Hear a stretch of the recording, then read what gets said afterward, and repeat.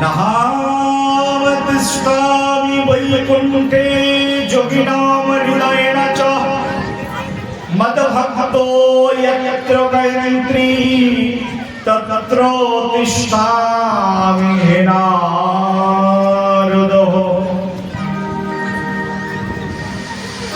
যেখানে আমার ভক্ত আমার গুণকীর্তন করে ভগবান বলছে সেখানে আমি স্বয়ং এসে উপস্থিত হই। নাহাং তিষ্ঠামি বৈকুণ্ঠে, আমি বৈকুণ্ঠে থাকি না। যোগিনাম হৃদয়ে নাচা, তার মানে যোগী হৃদয়ের মধ্যেও থাকি না। কোথায় থাকি? বলছে যেখানে আমার ভক্ত আমার গুণকীর্তন করে আমি ঠিক সেখানে এসে উপস্থিত হয়ে যাই। এখন সব ভক্তরা মিলে এবার বলুন আজকে আমরা এখানে কি করছি? ভগবানের গুণকীর্তনই তো করতে বসেছি, একই না? বলছে যেখানে আমার গুণকীর্তন হয়, আমার নাম উচ্চারণ হয়, যেখানে রাধারানীর নাম উচ্চারণ হয়, ভগবান ঠিক সেখানে এসে উপস্থিত হয়ে যায়। আপনারা এখানে যারা বসে আছেন সবার বিশ্বাস আছে তো এখানে ভগবান এসেছেন? আছে?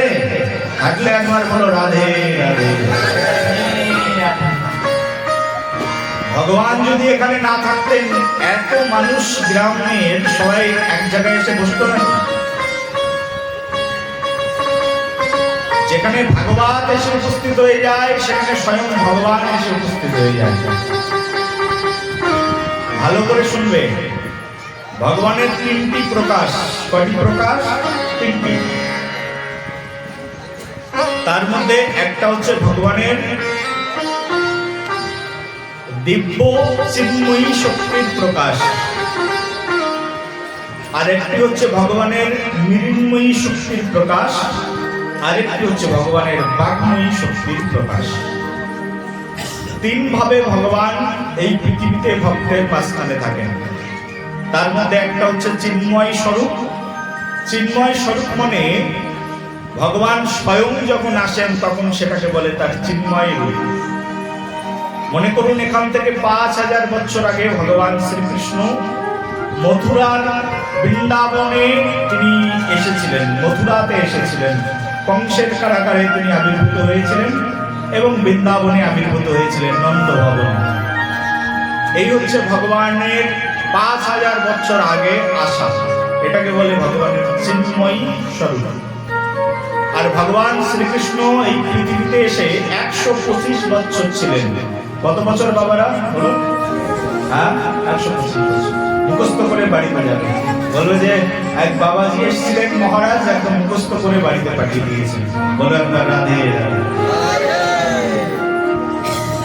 এখান থেকে 5000 বছর আগে ভগবান শ্রীকৃষ্ণ পৃথিবীতে এসেছিলেন আর 125 বছর তিনি এই পৃথিবীতে ছিলেন। তার মধ্যে ভগবান শ্রীকৃষ্ণ বৃন্দাবনে 12 বছর 8 মাস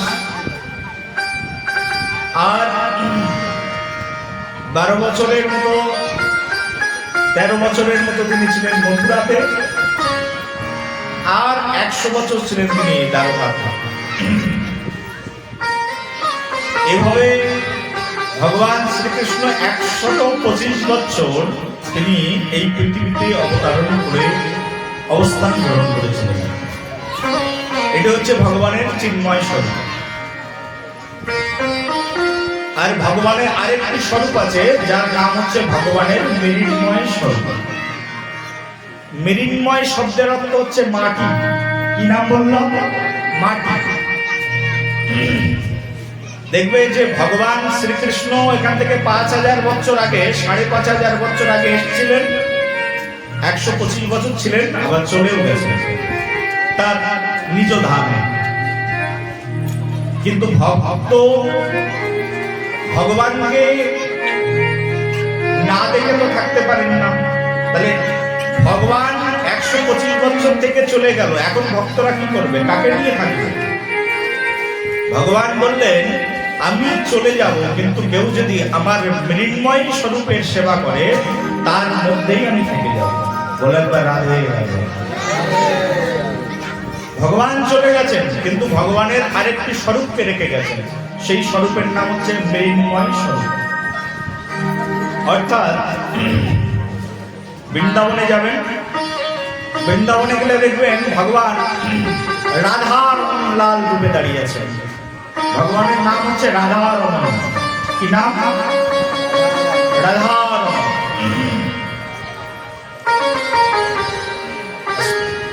ভগবানের আরেকটি নাম আছে, নাম হচ্ছে বাঙ্কে বিহারী লাল।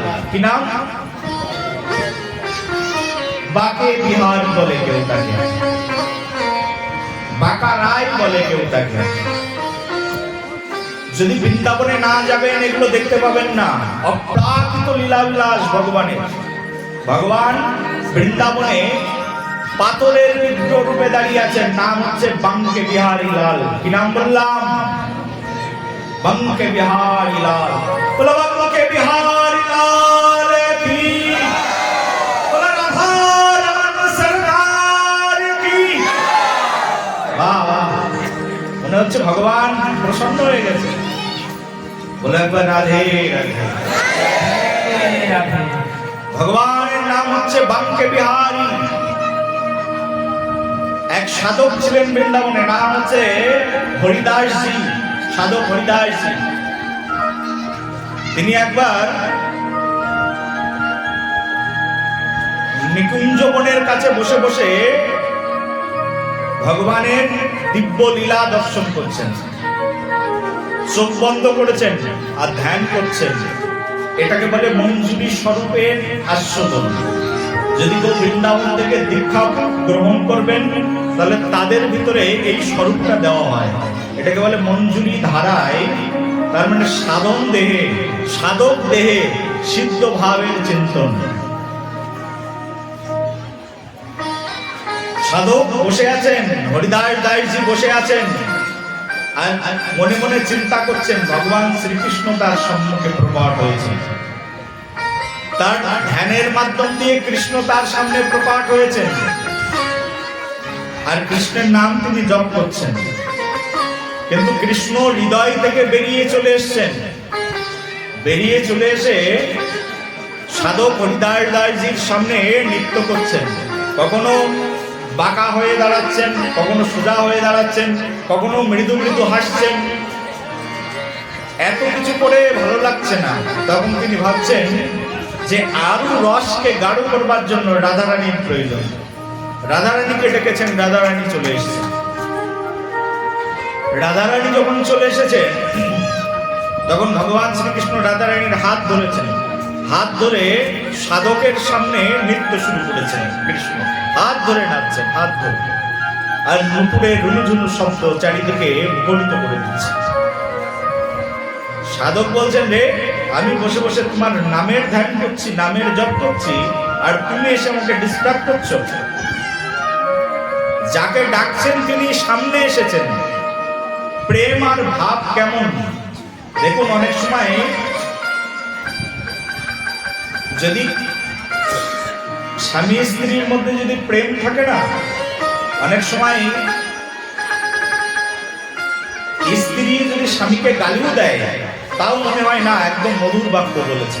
ঠিক বলছে না? হ্যাঁ, বলে রাধে রাধে। গালি দিয়েছে তাও মনে হয় মধুর কথা বলেছে, কারণ প্রেম আছে। আর যদি প্রেম না থাকে, স্বামী স্ত্রী বা স্ত্রী স্বামী যে যাই বলুক না কেন, যদি প্রেম না থাকে তাহলে গালাগালিটা গালাগালির মতোই লাগবে। আর যদি প্রেম থাকে, গালাগালিটা এক আদরণীয় গুলির মতো লাগবে। এটা হচ্ছে প্রেমের বিষয়। ভগবান শ্রীকৃষ্ণের সঙ্গে সাধকের প্রেম।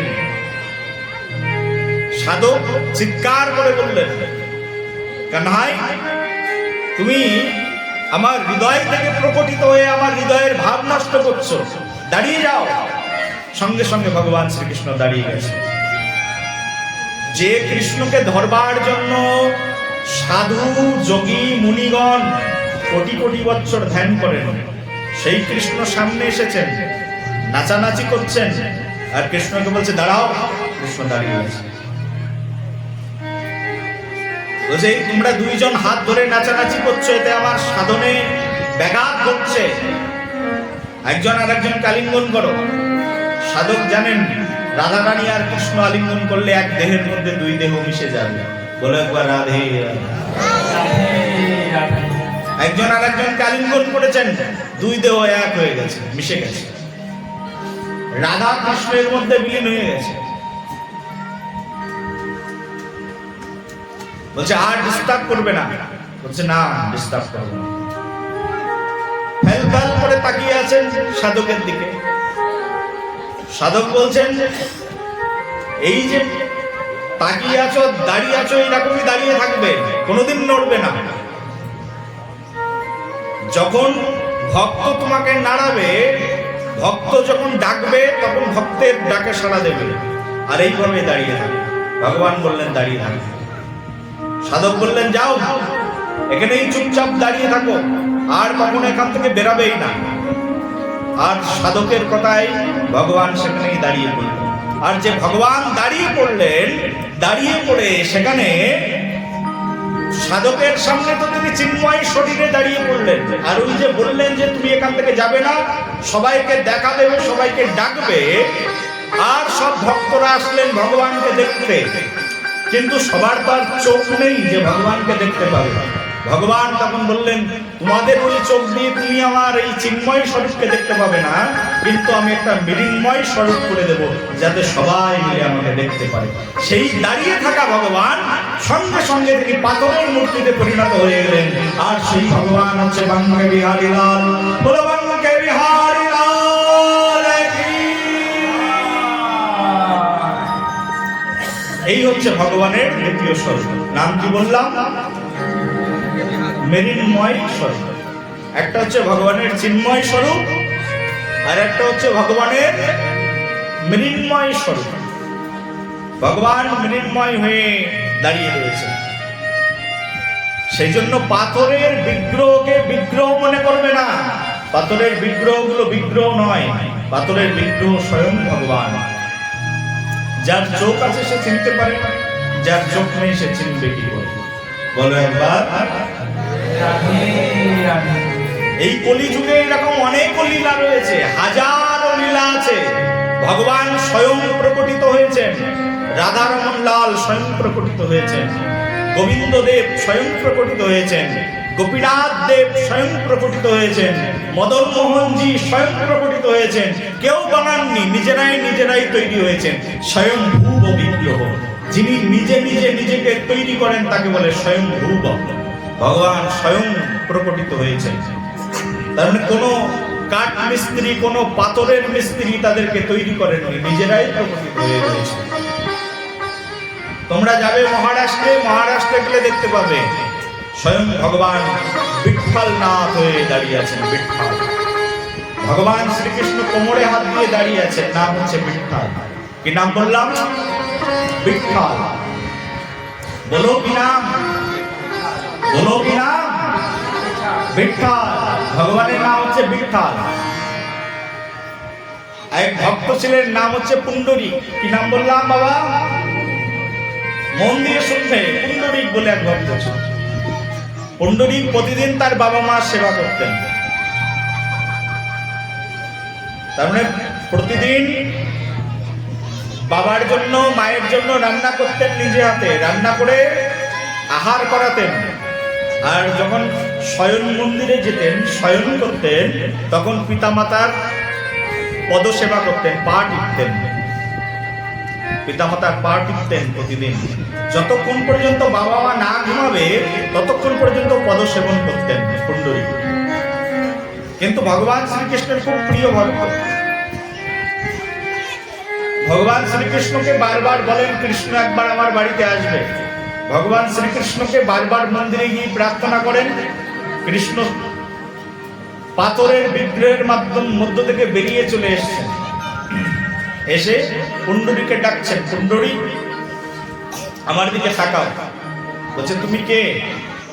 বলছে আমি স্বয়ং ভগবান শ্রীকৃষ্ণ, যার মন্দিরে গিয়ে তুমি প্রতিদিন ফুল তুলসী পাতা চড়াও, আমি সেই ভগবান এসেছি, আমার দিকে তাকাও। পুণ্ডরীক বলছে শোনো, তুমি যদি আমার সেই কৃষ্ণ হও আর আমার ডাকে যদি আমার বাড়ি পর্যন্ত তুমি আসতে পেরেছো, তাহলে আমার বিশ্বাস যতক্ষণ পর্যন্ত আমি না বলবো ততক্ষণ পর্যন্ত তুমি দাঁড়াতেও পারবে। বলো রাধে রাধে। প্রেম কেমন! ভগবান এসেছেন আর ভগবানকে বলছেন তুমি দাঁড়াও। বলছে কেন, আমি দাঁড়িয়ে থাকবো কেন? বলছে আমার প্রতিদিনের নিয়ম হচ্ছে, আমি প্রতিদিন আমার বাবা মা যতক্ষণ পর্যন্ত না ঘুমায় ততক্ষণ পর্যন্ত আমি তাদের পা টিপতে থাকি। তো আমি তোমার বাবা মার সেবা করছি, সেই জন্য আমি পা টিপছি। যতক্ষণ তারা না ঘুমাবে ততক্ষণ পর্যন্ত আমি তোমার সঙ্গে দেখা করতে পারবো না। ভগবান শ্রীকৃষ্ণ মধুর মধুর বচন বলছেন, বলছে এই পাপিষ্ঠ, এই মূর্খ, আমাকে কত যোগী মুনি ঋষি ধ্যানীগণ কত বছর ধরে ডেকে ডেকে পাই না, আর আমি তোর কাছে স্বইচ্ছায় চলে এসেছি, একবার তোর আমার দিকে তাকাতেও ইচ্ছা করছে না। বলছে দেখো, এত বেশি কথা বলে আমার সময় নষ্ট করো না, আর তোমার সঙ্গে যদি আমি বক বক করে বলতে থাকি আমার বাবা মা ঘুমাবেন না, তাদের ঘুম হবে না। তুমি ওখানে দাঁড়িয়ে থাকো, যতক্ষণ পর্যন্ত না আমার পিতা মাতার সেবা না হয় ততক্ষণ পর্যন্ত আমি তোমাদেরকে তাকাবই না। আর ভগবান শ্রীকৃষ্ণ তো কথার মাস্টার, তার মতো কথা কে জানে জগতে? সমগ্র পৃথিবীকে ভুলিয়ে রাখতে পারে কথা দিয়ে। বলেন বা রাধে রাধে রাধে রাধে। ভগবান শ্রীকৃষ্ণ অনেক রকম প্রলোভন দেখাচ্ছেন, অনেক রকম শাস্ত্রের যুক্তি দেখাচ্ছেন। পুণ্ডরীক রেগে গিয়ে বললেন, বলেছি না তোমাকে চুপচাপ থাকতে? যদি তুমি আমার বাড়িতে এসছো, তুমি আমার ঘরের অতিথি, চুপচাপ দাঁড়িয়ে থাকো। ভগবান শ্রীকৃষ্ণ চুপচাপ দাঁড়িয়ে থাকলেন। ওদিকে চারিদিকে মেঘ গর্জন করতে থাকলো, আর ঘন ঘন বৃষ্টি হতে থাকলো। বৃষ্টির ধারা পড়ছে, মেঘ গর্জন করছে। আর মেঘের সেই গর্জন, মেঘের সেই বজ্রপাত বারবার শুরু হয়েছে, বারবার হচ্ছে। ভগবান শ্রীকৃষ্ণ বলছে, দেখো বৃষ্টি হচ্ছে আর জল তোমার ঘরের মধ্যে ঢুকে যাচ্ছে, আমিও দাঁড়াতে পারছি না জলে, বাইরে কি করে দাঁড়িয়ে থাকবো এই ঝড় বৃষ্টির মধ্যে? পুণ্ডরীক বলছে, পাশেই দেখো আমি দুটো ইট রেখেছি, ওই দুটো ইট একটার পরে আর একটা দিয়ে তার উপরে দাঁড়াও। যদি জলে তুমি ভিজে যাচ্ছ তাহলে একটা ইটের পরে আর একটা ইট দাও, তার উপরে দাঁড়িয়ে থাকবে। আর ভক্তের আদেশে ভগবান একটা ইটের পরে আর একটা ইট দিয়েছেন, তার উপরে ভগবান শ্রীকৃষ্ণ দাঁড়িয়েছেন। আর অনেক সময় ধরে দাঁড়িয়ে আছেন, আর অনেক সময় ধরে বাবা মার পা টিপে যাচ্ছেন। পুণ্ডরীক ভগবান শ্রীকৃষ্ণের মাজায় ব্যথা ধরে গেছে। আর যখনই মাজায় ব্যথা ধরে গেছে, একদম মাজা এরকম করে ধরেছে, ধরে দেখো তো, আরে ধরো সবাই, এই যে মাজায় ভগবান শ্রীকৃষ্ণ হাত দিয়েছে। আর ভগবান শ্রীকৃষ্ণ একদম মাজায় হাত দিয়ে এরকম দাঁড়িয়েছে। মাজা লেগে গেলে কি করবে মানুষ? মাজায় হাত দিয়েই তো দাঁড়াবে। ওদিকে হাতের মধ্যে বাঁশি রয়েছে, বাঁশিটা কোমরে গুঁজেছে, আর একদম মাজায় হাত দিয়ে কৃষ্ণ দাঁড়িয়ে আছে। অনেক সময় পরে যখন বাবা মার সেবা হয়ে গেছে, তখন পুণ্ডরীক বাইরে এসেছে, এসে বলছেন, হে কৃষ্ণ, তুমি এসেছো, আমি কত সন্তুষ্ট জানো না? তোমাকে দেখবার জন্য আমার মন কতবার ব্যাকুলিত হলো জানো না? এতক্ষণ উল্টো বলছিল, এখন তার উল্টোটা বলছে। এতক্ষণ ভগবান কৃষ্ণকে শাসন করছিল, এখন প্রেম উঠলে পড়েছে। এখন বলছে, হে প্রভু, তুমি এসে দাঁড়িয়েছো আমার দরজায়, আর কতবার শুধু ভাবছি তুমি দেখতে কেমন, তোমার ভুবন মোহন রূপটা কেমন, তোমার চোখের সৌন্দর্য কেমন, তোমার মাথায় ময়ূর পুচ্ছ কেমন, তোমার গায়ের বস্ত্র কেমন, কতবার ভেবেছি, কিন্তু কত বন্দী বেড়ায় আবদ্ধ হয়ে আছি, তোমার দিকে আমি তাকাতেও পারিনি প্রভু। আজকে তুমি কৃপা করে আমাকে দেখা দিয়েছো, এর চেয়ে চরম সার্থকতা এই জীবনে আর কি হতে পারে? ভগবান শ্রীকৃষ্ণের কাছে হাত জোড় করে পুণ্ডরীক প্রার্থনা করছেন, হে প্রভু, আমার জীবন তো ধন্য করেছো তুমি, আমার জীবন তো সার্থক করেছো তুমি, আমাকে একটু দর্শন দিয়েছো।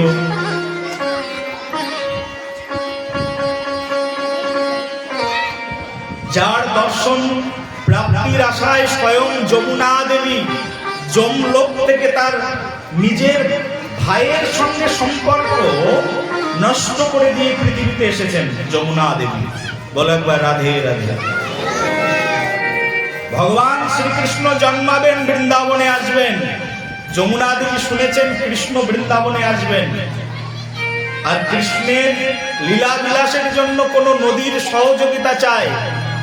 একথা যখনই যমুনা দেবী শুনেছেন, যমুনা দেবী তার ভাই যমরাজকে বলছেন, দাদা অনেকদিন তোমার সেবা করেছি, এখন কৃপা করে আমাকে অনুমতি প্রদান করো।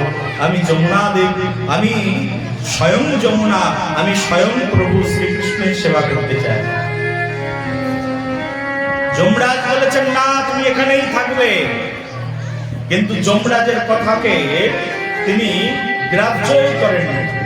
যদিও যমরাজ আমাদের 12 জন মহাজনের মধ্যে একজন, যমরাজ বলেছেন তুমি এখানে থাকো, আমাদের সঙ্গে যুক্ত থাকো, এখানেও শ্রীহরি আসবেন। কিন্তু যমরাজের সঙ্গে সম্পর্ক ছিন্ন করে দিয়ে যমুনা চলে এসেছেন ভগবান শ্রীকৃষ্ণের সেবা করবার জন্য শ্রীধাম বৃন্দাবন। বলো বৃন্দাবন ধাম কি। যমুনা পর্যন্ত বৃন্দাবনে চলে এসেছেন তার সেবা করবার জন্য।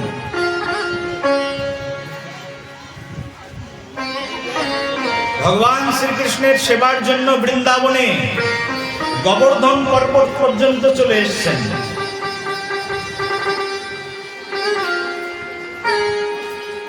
বিন্ধ্যাচল পর্বতের সঙ্গে থাকতেন এই গোবর্ধন পর্বত, সেখান থেকে গোবর্ধন চলে এসেছেন বৃন্দাবনে কার সেবা করবার জন্য। বৃন্দাবনে আগে কোনো পর্বত ছিল না, স্বয়ং গোবর্ধন নিজে কৃপা করে এসেছেন বৃন্দাবনে। যেমন হনুমান মাথায় করে পর্বতকে নিয়ে এসে সমুদ্রের উপরে ফেলে দিয়েছেন। পর্বতকে তোলা যায়, হ্যাঁ কি না বলো, যায় কি যায় না? হনুমান তুলেছিল কিনা পর্বতকে?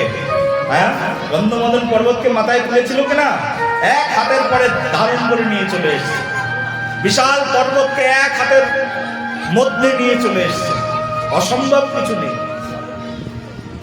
আর ঋষি তুলস্ত তিনি এক হাতের উপরে গোবর্ধন পর্বতকে ধারণ করে নিয়ে বৃন্দাবনে চলে এসেছে, আর বৃন্দাবনে গোবর্ধনকে প্রতিস্থাপন করে দিয়েছে। গোবর্ধন বৃন্দাবনেই এসে ওখানে প্রতিস্থাপিত হয়ে গেছে।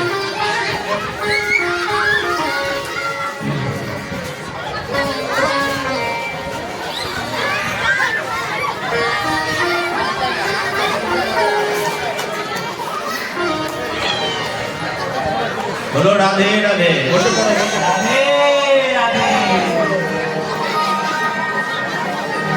গাভী মাতারাও কৃষ্ণ কথা শুনতে এসছে নাকি? বলো একবার রাধে রাধে। দেখো কৃষ্ণ বাঁশি বাজাবে এই জগতে কারা কারা শুনতে পায়? বলে কৃষ্ণের বাঁশি গাভীরা শুনতে পায়, কৃষ্ণের বাঁশি ব্রজের গোপীরা শুনতে পায়, আর কৃষ্ণের বাঁশি রাজা রানী শুনতে পায়। বলো একবার রাধে রাধে। বলো ভগবান শ্রীকৃষ্ণের অনেক বাঁশি আছে, তার মধ্যে 3টি বাঁশি প্রধান। একটা হচ্ছে বেনু, একটা হচ্ছে মুরলী, আর একটা হচ্ছে বংশী। 3 বাঁশি 3 ধরনের শক্তি। ভগবান শ্রীকৃষ্ণের শক্তি আর সামর্থ্য এমন যে ভগবান শ্রীকৃষ্ণ যে কোনো স্থানে যে কোনো সময়ে প্রকটিত হয়ে যেতে পারেন। কিন্তু ভগবানের সেই প্রকাশমানতা, ভগবানের সেই প্রেমময়ী স্বরূপের সাক্ষাৎ একমাত্র ভক্ত তার হৃদয় দিয়ে অনুভূতির মাধ্যম দিয়ে বুঝতে পারেন। আর ভগবান স্বয়ং পুণ্ডরীকের সামনে এসে উপস্থিত হয়েছেন, আর পুণ্ডরীক ভগবান শ্রীকৃষ্ণকে স্তব করেছেন। আর পুণ্ডরীক যখন ভগবান শ্রীকৃষ্ণকে স্তব করছেন তখনও দেখছেন যে ভগবান এখনো পর্যন্ত মাজায় হাত দিয়ে দাঁড়িয়ে আছেন। কিভাবে দাঁড়িয়ে আছেন বলো? এখনো পর্যন্ত মাজায় হাত দিয়ে দাঁড়িয়ে আছেন, আর ভগবান শ্রীকৃষ্ণকে স্তব করছেন। পুণ্ডরীক বলছেন, হে প্রভু তুমি মাজায় হাত দিয়ে কেন দাঁড়িয়ে আছো? ভগবান বলছেন, দেখো তুমি এত সময় ধরে আমাকে দাঁড় করিয়ে রেখেছো, আর তোমাকে দর্শন উৎকণ্ঠায় আকাঙ্ক্ষায় আমি এখানে দাঁড়িয়ে আছি, আর আমার কোমর লেগে গেছে, মাজা লেগে গেছে, সেই জন্য আমি মাজায় হাত দিয়ে দাঁড়িয়ে আছি। ভগবান শ্রীকৃষ্ণ মাজায় হাত দিয়ে দাঁড়িয়ে আছে। পুণ্ডরীক ভগবান শ্রীকৃষ্ণকে বলছেন, হে ভগবান, তুমি এসেছই যখন, তোমার কাছে কিছু প্রার্থনা আছে, এই প্রার্থনা আমাকে পূরণ করে দিতে হবে। বলছে কি প্রার্থনা? বলছে, হে ভগবান, আমার নিজের জন্য কিছু চাই না, কিন্তু একটা জিনিস চাই তোমার কাছে। বলে কি চাও?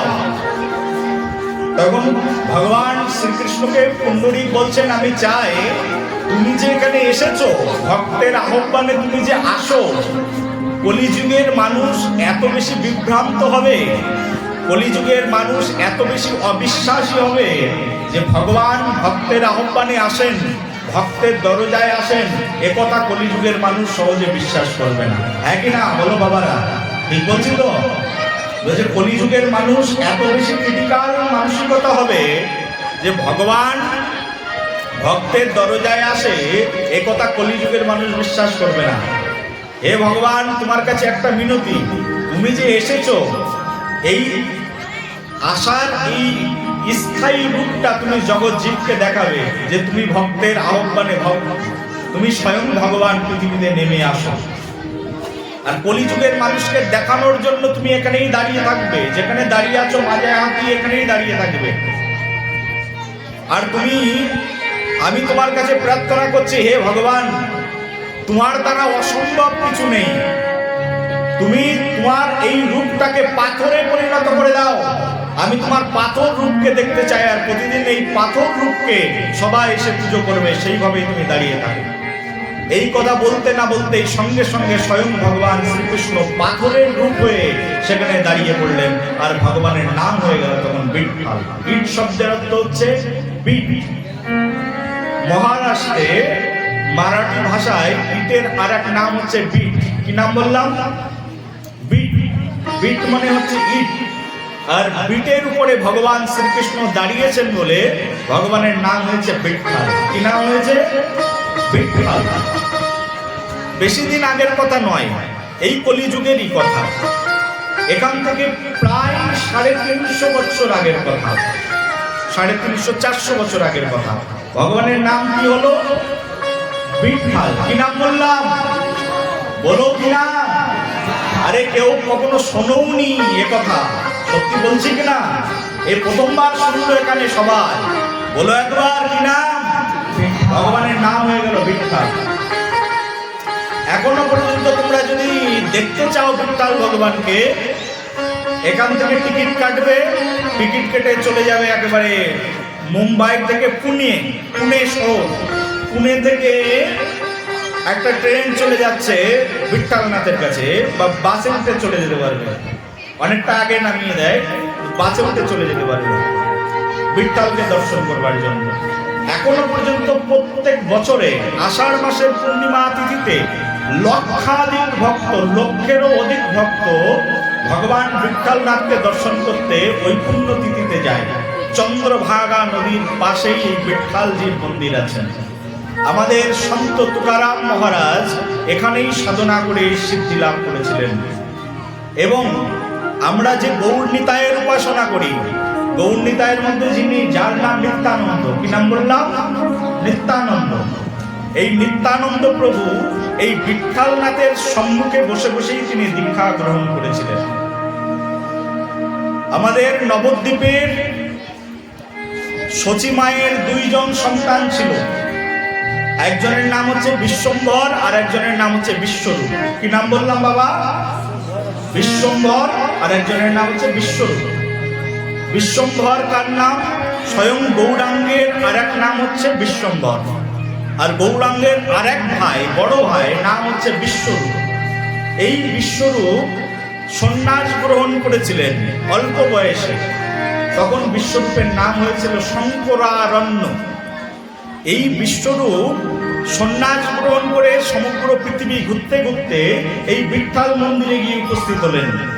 আর বিট্ঠাল মন্দিরে বিট্ঠালনাথকে দেখে তার হৃদয়ে এত প্রেম সাদৃশ্য হয়ে গেল যে বিট্ঠালকে একেবারে জোর করে আলিঙ্গন করলেন। আর বিট্ঠালকে যেই না আলিঙ্গন করলেন, সেই বিট্ঠালের দেহের মধ্যে বিশ্বরূপ ঢুকে গেলেন।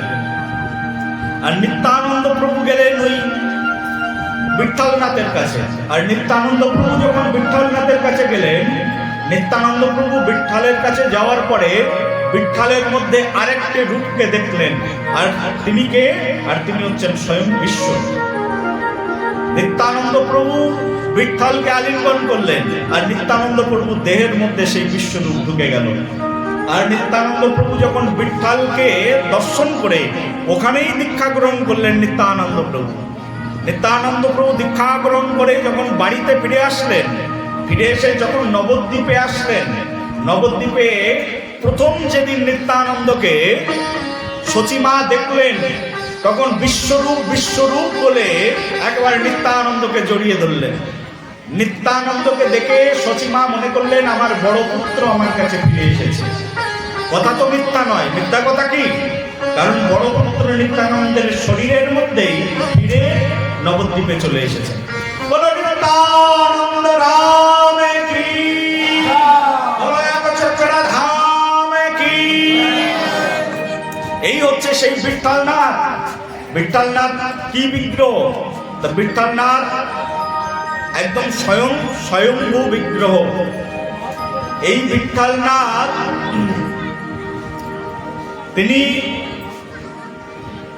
জগৎজীবকে এই মৃন্ময়ী স্বরূপে কৃপা করেছেন। কি স্বরূপ বললাম? মৃন্ময়।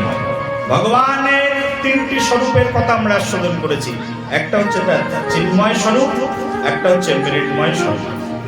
এই মৃন্ময় স্বরূপকে বিঠ্ঠলনাথকে দর্শন করে যদি কেউ নৃত্য না করে, তাহলে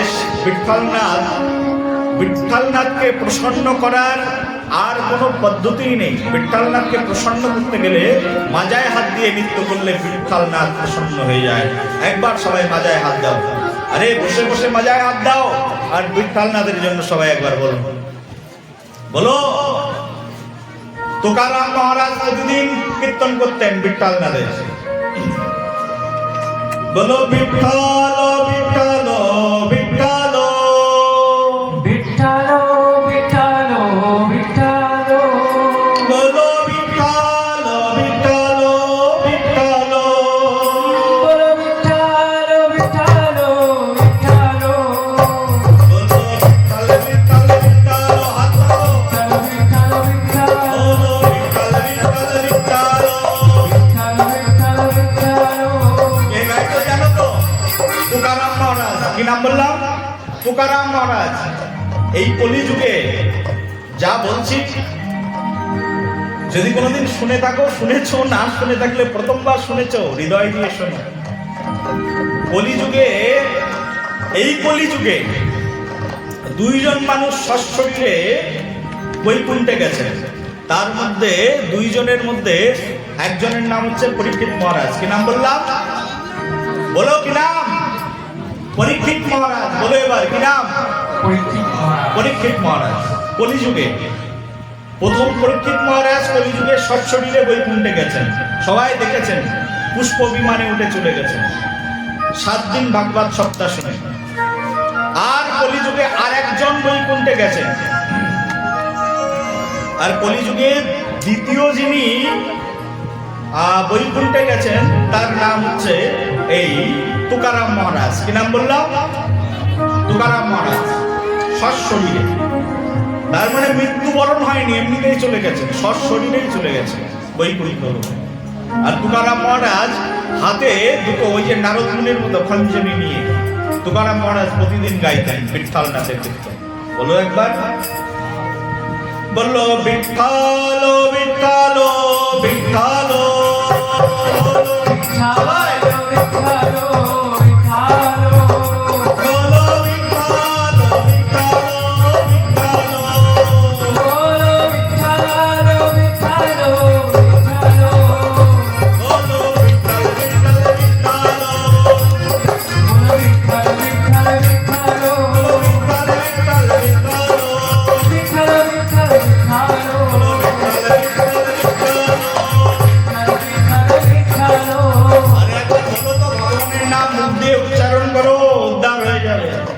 ভগবান শ্রীকৃষ্ণেরই আর এক নাম বিঠ্ঠল, বিঠ্ঠলনাথ। অনন্ত কৃষ্ণের নাম অনন্ত মহিমা, নারদ আদি ব্যাসদেব দিতে নারে সীমা। কৃষ্ণের অনন্ত নাম চিন্তাও করতে পারবে না কত নাম কৃষ্ণের। বলো একবার, বলো বিঠ্ঠল বিঠ্ঠল বিঠ্ঠল।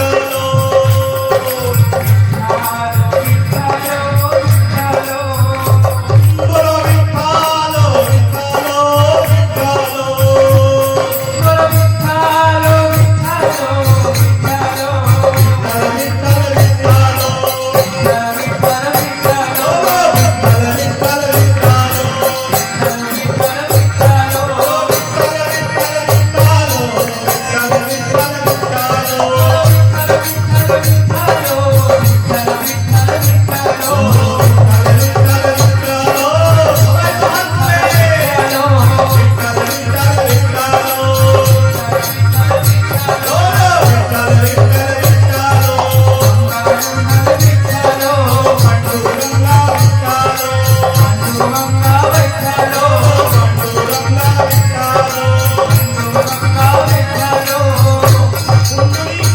কি নাম বললাম? পুণ্ডরিক। পুণ্ডরিকের প্রাণদহন হচ্ছে পাণ্ডু, পাণ্ডুরঙ্গা। ভগবানের আর এক নাম হচ্ছে পাণ্ডুরঙ্গা। বলো পাণ্ডুরঙ্গা বিঠ্ঠল পাণ্ডুরঙ্গা বিঠ্ঠল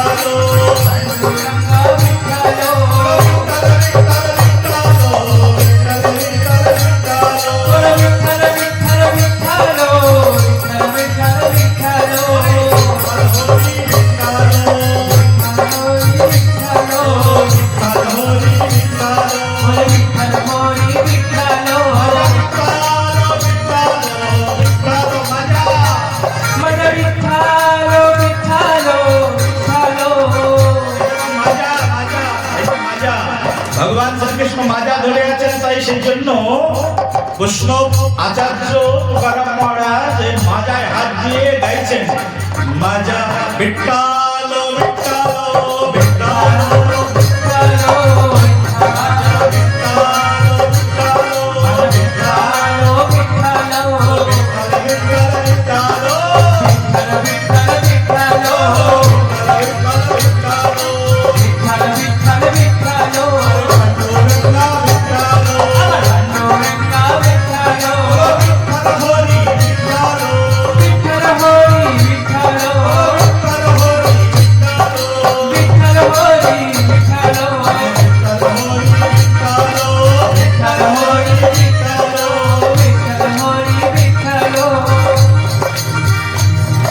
বলো বিঠ্ঠল নাথ ভগবানের কি। শোনো ভক্তগণ, ভগবান শ্রীকৃষ্ণের এই হচ্ছে দ্বিতীয় স্বরূপ। কি বর্ণনা করলাম? একটা হচ্ছে চিন্ময় আর একটা হচ্ছে মৃন্ময়।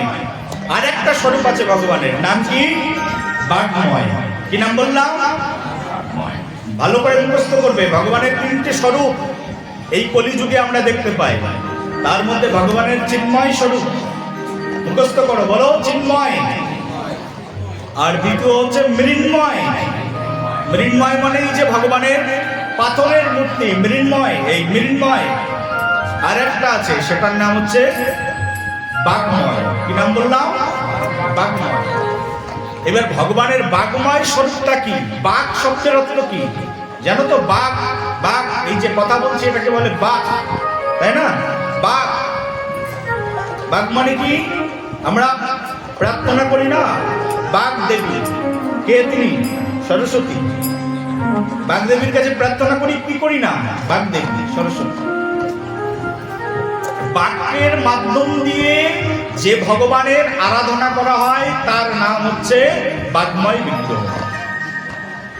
এই যে আমরা বসে বসে শুনছি, কার কথা? ভগবান শ্রীকৃষ্ণের কথা। এই কৃষ্ণই হচ্ছে বাগময় স্বরূপ। ভগবান শ্রীকৃষ্ণের তিনটি স্বরূপ, তার মধ্যে হচ্ছে ভগবানের চিন্ময়, আর দ্বিতীয়টি হচ্ছে এই পাথরের বিগ্রহ মৃন্ময়, আর 3 নম্বর হচ্ছে বাগময়, এই যে ভাগবত। এই যে ভাগবত কথা, এটা হচ্ছে স্বয়ং ভগবান। ভাগবত কথা মানে কি? স্বয়ং ভগবান নিজে। দেখো আজকে এখানে যে পরিবেশ তৈরি হয়েছে, সব ভক্তরা এসে উপস্থিত হয়েছে, আমরা কার কথা শুনছি? কৃষ্ণের কথা। অন্য কিছু শুনছি না তো, কৃষ্ণের কথাই শুনছি। বলছে যেখানে কৃষ্ণের কথা আলোচনা হয় সেটা বৃন্দাবন হয়ে যায়, এটা বৃন্দাবন। আর যেখানে কৃষ্ণের বাগময় স্বরূপ এসে উপস্থিত হয়ে যায় সেখানে স্বয়ং ভগবান নিজেই থাকে।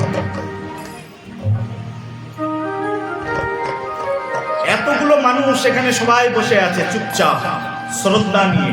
যদি ভগবান না থাকতো কেউ বসে থাকতো না। আমার এত শক্তি আছে একজন মানুষকে ধরে বসিয়ে রাখবো, শক্তি আছে? আমার নেই, কিন্তু শক্তি আছে কার? ভগবানের। ভগবানের কথাই সবাইকে এখানে বসিয়ে রেখেছে, একই না বলো? হ্যাঁ, সবাই বসে বসে আছে কার জন্য? ভগবানের জন্যই। আর ভগবান এখানে আছেন তাই সবাই বসে আছে। বলেন বা রাধে রাধে, প্রেম সে বলো। ভগবানের কথাটাই হচ্ছে স্বয়ং ভগবান নিজে। আর কলিযুগে ভালো করে বুঝবে, কলিযুগে, এই কলিযুগ, এই যুগের নাম কি? কলিযুগ। আমাদের যুগ চারটি। মায়েরা বলো যুগ কয়টি? বলো মায়েরা পিছন দিক থেকে, কয়টি? চারটি। চারটির মধ্যে প্রথম যুগ সত্যযুগ, তারপরে ত্রেতা যুগ, তারপরে দাপর যুগ, আর এখন চলছে কলিযুগ। এই চারটি যুগ। আর কলিযুগে ভগবান শ্রীকৃষ্ণ দাপর যুগে যখন চলে যাচ্ছেন তখন ভগবান শ্রীকৃষ্ণের একজন বন্ধু ছিল, নাম হচ্ছে উদ্ধব। কি নাম বললাম? উদ্ধব। এই উদ্ধবজি যে ভগবান শ্রীকৃষ্ণকে তার চরণ জড়িয়ে ধরে বলছেন, হে ভগবান, তুমি তো কয়েকদিন পরেই পৃথিবী ছেড়ে চলে যাবে, আর তুমি যদি পৃথিবী ছেড়ে চলে যাও তাহলে আমি কার কাছে গিয়ে প্রার্থনা জানাবো? ভগবানই যদি না থাকে তাহলে আমার থেকে কি লাভ? এই কথা শুনে ভগবান শ্রীকৃষ্ণ উদ্ধবকে বললেন, ভালো করে শুনবে, উদ্ধবকে ভগবান শ্রীকৃষ্ণ বলছেন, কে বলেছে আমি চলে যাব?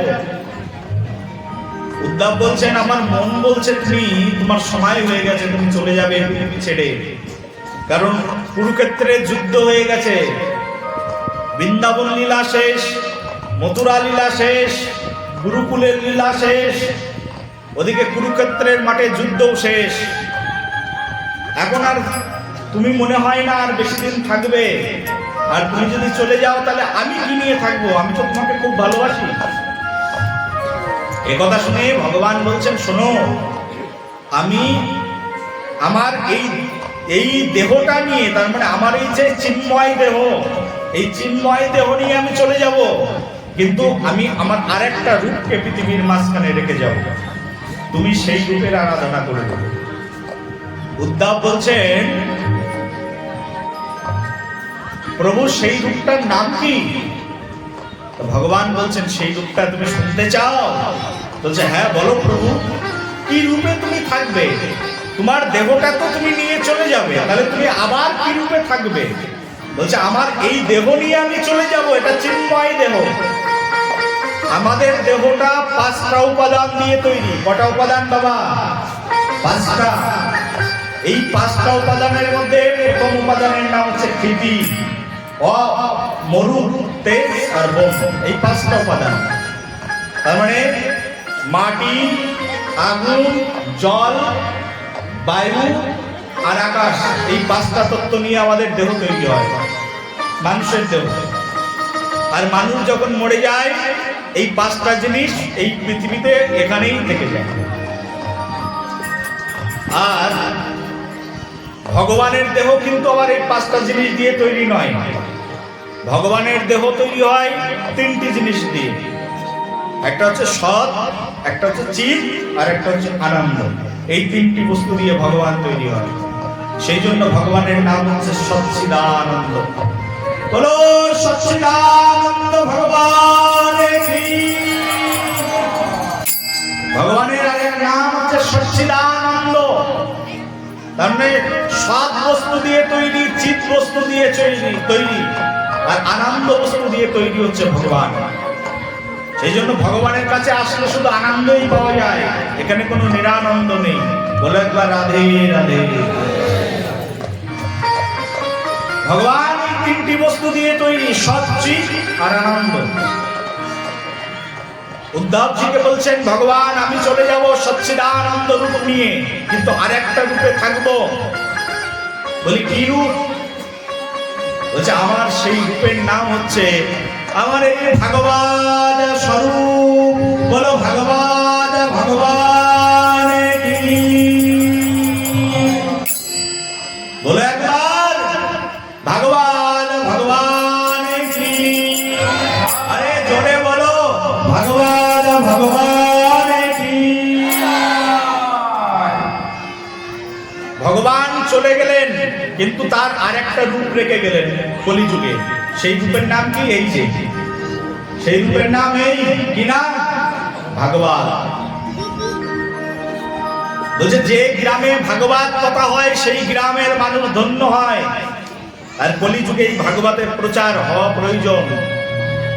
এখন তো ভাগবতের প্রচার যথেষ্ট হচ্ছে, আগে যা হতো তার চেয়ে এখন বেড়ে গেছে অনেক, কারণ মানুষ এখন বুঝতে শিখেছে। আগে তো সাধকরা, বিশেষ করে বৃন্দাবনের সাধকরা বৃন্দাবন থেকে বাইরে আসতে পারতেন না। আগে যোগাযোগ ব্যবস্থা ভালো ছিল না, এখান থেকে 300 বছর আগে, 200 বছর আগে, 100 বছর আগে। এখন ট্রেন হয়েছে, প্লেন হয়েছে। মানুষ যারা সাধকরা তো বৃন্দাবনেই থাকেন, নাহলে নবদ্বীপে, নাহলে কাশীতে, না হলে হিমালয়ে, বদ্রীনাথে, কোথাও না কোথাও থাকেন, ভগবানের নিজস্ব জায়গায় থাকেন। সেখান থেকে সাধকরা আসতে পারে না, তাহলে মানুষ শুনবে কোথার থেকে? এখন যোগাযোগ ব্যবস্থা ভালো হয়েছে। যে যোগাযোগ ব্যবস্থা ভালো হয়েছে, কলকাতা আমাদের একটা মন্দির আছে, ওখান থেকে আমরা ট্রেন ধরেছি, আর দুপুরের মধ্যেই আমি এই ঝাড়খণ্ডে এসে পৌঁছে গেছি। বলে একবার রাধে রাধে। যোগাযোগ ব্যবস্থা ভালো না হলে আসতে পারতাম বাবা? হ্যাঁ, ভালো হয়েছে, আসতে পেরেছি।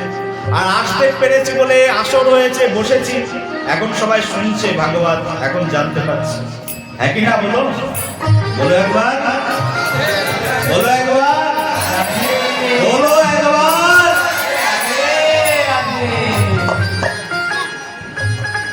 কলিযুগের ধর্ম হচ্ছে এই, নাম হচ্ছে ভাগবত ধর্ম। কলিযুগে এটি হচ্ছে কলিযুগের ধর্ম। আর কলিযুগে যদি ভাগবত পাঠ হয়, ভালো করে শোনো, কোন গ্রামে যদি ভাগবত পাঠ হয় আর স্বয়ং ভাগবত যদি এসে উপস্থিত হয়, বলছে ওই গ্রামের সকল অমঙ্গল নাশ হয়ে যায়।